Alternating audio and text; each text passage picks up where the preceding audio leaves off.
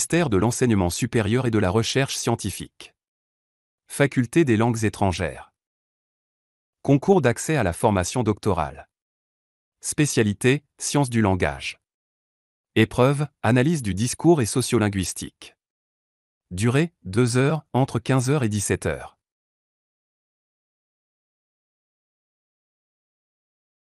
Sujet 2. Question, analysez cette citation d'un point de vue sociolinguistique. Citation, il n'y a pas de langue sans société, ni de société sans langue.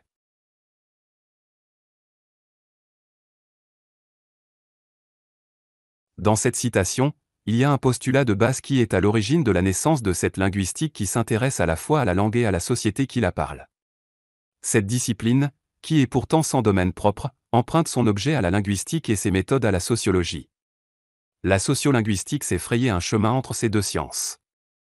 Elle s'est distinguée de la linguistique saussurienne dès ses premiers pas, non pas comme une nouvelle théorie du langage, mais comme une nouvelle pratique linguistique. Quel rapport y a-t-il entre ces deux disciplines ? Quels sont les nouveaux soubassements théoriques qui ont donné naissance à la sociolinguistique ?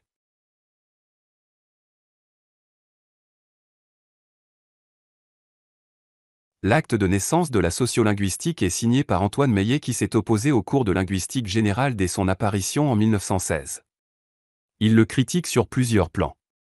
Saussure qui définit la langue comme étant la partie sociale du langage n'assume pas ce postulat dans ses analyses linguistiques. Mais, c'est par rapport au traitement des changements linguistiques que Meillet se révolte. Il écrit, en séparant le changement linguistique des conditions extérieures dont il dépend, Ferdinand de Saussure le prive de réalité, il le réduit à une abstraction qui est nécessairement inexplicable. La phrase qui semble être la plus contraignante pour Meillet se trouve être celle qui termine le CLG, où les auditeurs de cette œuvre posthume assignent à la linguistique un véritable et unique objet, la langue en elle-même et pour elle-même. Les linguistes marxistes sont d'un apport déterminant. Ils relient la problématique linguistique à la réalité sociale. Lafargue explique le changement du vocabulaire du français après la Révolution par les événements politiques. Par là, il sera le premier à appliquer une certaine analyse sociologique au fait de la langue. Nicolas Marquis s'est illustré par la « nouvelle théorie du langage » et qui postule une origine commune aux langues considère celle-ci comme un instrument de pouvoir et comme un facteur de division sociale. Il construisait sa théorie autour de deux postulats, le premier est que la langue est une superstructure et le second est le fait que la langue est un phénomène de classe. Par là, il explique que la disparition des classes, prônée par les tenants du marxisme, est reliée à la disparition des langues. L'anticipation d'une future langue unifiée a également conduit à la popularité de l'espéranto, une langue artificielle susceptible de remplacer toutes les langues du monde après l'avènement universel du marxisme. Bernstein, sociologue de l'éducation, est l'un des premiers à se pencher sur les causes sociales de l'échec scolaire. Son mérite consiste en le fait qu'il travailla sur les productions linguistiques réelles en relation avec la situation sociologique des locuteurs. Il constate au cours d'une enquête réalisée en classe que les enfants issus des classes aisées maîtrisent deux codes, le code restreint et le code élaboré, alors que les enfants issus des classes défavorisées maîtrisent uniquement le code restreint.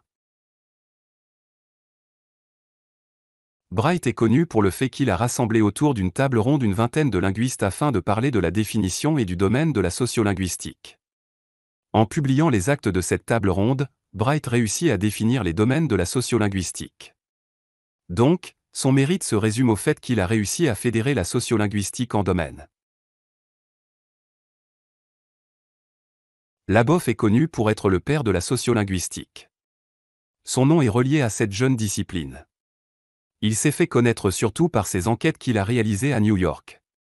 En radicalisant la position de Meillet par rapport au fait que la langue n'est autre chose qu'un phénomène social qui doit être étudié dans le cadre d'une science sociale, Labov va jusqu'à dire que la sociolinguistique doit simplement être appelée linguistique, puisque les sujets traités par la sociolinguistique relèvent du domaine de la linguistique.